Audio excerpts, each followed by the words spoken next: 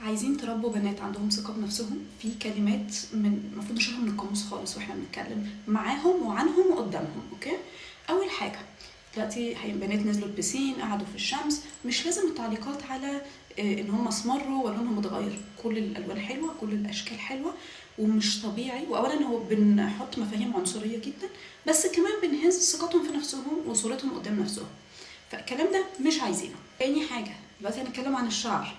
الشعر ما هواش شعر ناعم وشعر مش ناعم، في شعر ستريت وشعر كيرلي وشعر ويفي، ويا ريت ما نستخدمش مصطلح ناعم ده واحنا بنوصف حتى شعر الناس التانية، لانه معناها ان المش ستريت ده مش ناعم وكأنه وحش. اوكي، انتجت من حد هو بشعر كيرلي، فبليز كل اللي شعرهم كيرلي جربوا في طفولتهم تعامل الناس معاهم على ان هم منكوشين وشعرهم مكرت والكلام اللي مش جميل.